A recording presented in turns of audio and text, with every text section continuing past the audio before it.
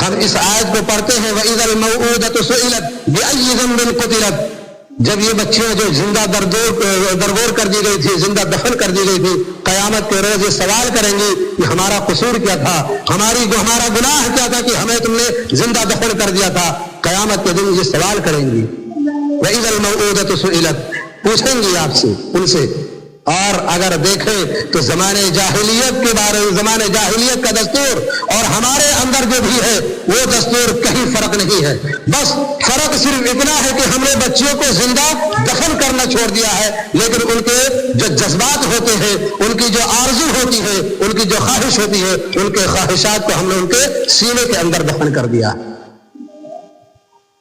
ہم نے صرف دستور بدلا، آئین بدلا، اس کا طریقہ بدلا، ہم زندہ دفن تو نہیں کرتے، لیکن اس میں بچیوں کے اندر جو جذبات ہوتے ہیں، ان کی جو آرزو ہوتی ہے، ان کی آرزو کو ہم کچل دیتے ہیں، مسل دیتے ہیں، اور ان کی آرزو کو ان کے سینوں میں ہی دفن کر دیتے ہیں۔ کس طرح سے وہ ذرا دیکھیں،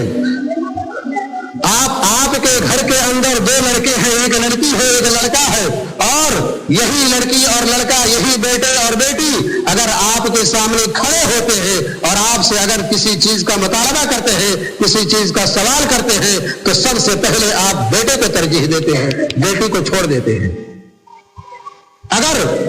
دونوں کے ساتھ اگر ایک جیسا سلوک کرتے ہیں، ایک معاملہ کرتے ہیں کہ اگر آپ کے سامنے کھڑے ہیں، بیٹا بھی ہے اور بیٹی بھی ہے، اور آپ کے سامنے کھڑے ہیں، کسی چیز کا مطالبہ کرتے ہیں، روپے 2 روپے 4 روپے کا مطالبہ کرتے ہیں، یقین جانیے آپ خود اپنے ہاتھوں سے بیٹوں کو اگر 2 روپے دیتے ہیں تو بیٹی کو 1 روپے دیتے ہیں۔ ایسا ہوتا ہے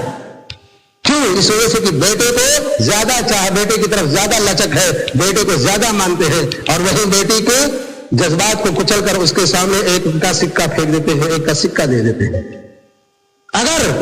یقین جانیے ایسا ہوتا ہے اور ہوا ہے اور ایسا ہو رہا ہے، اور یقین جانیے اگر وہی بچی آپ سے سوال کرتی ہے کہ ابو وہ بھی آپ کا اولاد ہے، وہ بھی آپ کا بیٹا ہے، ہم بھی آپ کے اولاد ہیں، ہم بھی آپ کی بیٹی ہے، آپ نے اس کو 2 روپے کیوں دیے اور ہمیں صرف 1 روپے کیوں دیا؟ جواب ہوتا ہے بیٹا کما کر لانے والا ہے، تم صرف خرچہ کرنے والی ہو،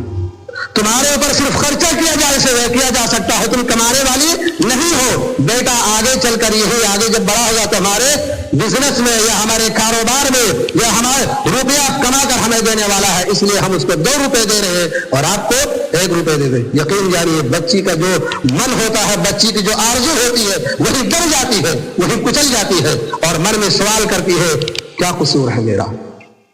میرے بچی ہونے کا، بیٹی ہونے کا کیا نتیجہ اور کیا صلہ مل رہا ہے ہمیں؟ یہ یقیناً وہ بھولی سی بچی، وہ آپ کے سامنے ننھی سی پیاری سی بچی اپنے آرزو کو کچل کر رہ جاتی ہے اور صبر کر کے رہ جاتی ہے۔ آخر میں یہی بچی جب اس کا صبر ٹوٹ جاتا ہے اور اس کا جب پیمانہ چھلک جاتا ہے تو آنکھوں میں آنسو بھی لے آتی ہے اور آنکھیں اس کی بھر جاتی ہے، نم ہو جاتی ہے آنکھیں۔ دیکھا ہوگا آپ نے، خود تجربہ کیا ہوگا اس طرح سے، جو اس طرح سے اپنے والدہ اپنے بچوں کے ساتھ ایسا کر رہے ہیں، ان کے سامنے ایسا ہوا ہوگا۔ پھر بھی نتیجہ یہ ہوتا ہے کہ اگر بچی رو رہی ہوتی ہے یا بچی سوال پہ سوال اگر کر رہی ہوتی ہے تو اس کو ڈانٹ دیا جاتا ہے، اس کو ڈپٹ دیا جاتا ہے اور اس کے جذبات کو وہی کچل دیا جاتا ہے۔ وہ زندہ درگور کر دیتے تھے، اس کی زندگی کو ختم کر دیتے تھے۔ آج ہم اپنے اسی بچی کو ایک بار نہیں بار بار دفن کر رہے ہیں، بار بار اس کے جذبات کو کچل رہے ہیں اور بار بار اس کے جذبات سے کھیل رہے ہوتے ہیں۔ ان کا دفن کرنا صرف ایک بار ہوتا تھا، ہمارا دفن کرنا بار بار ہوتا ہے۔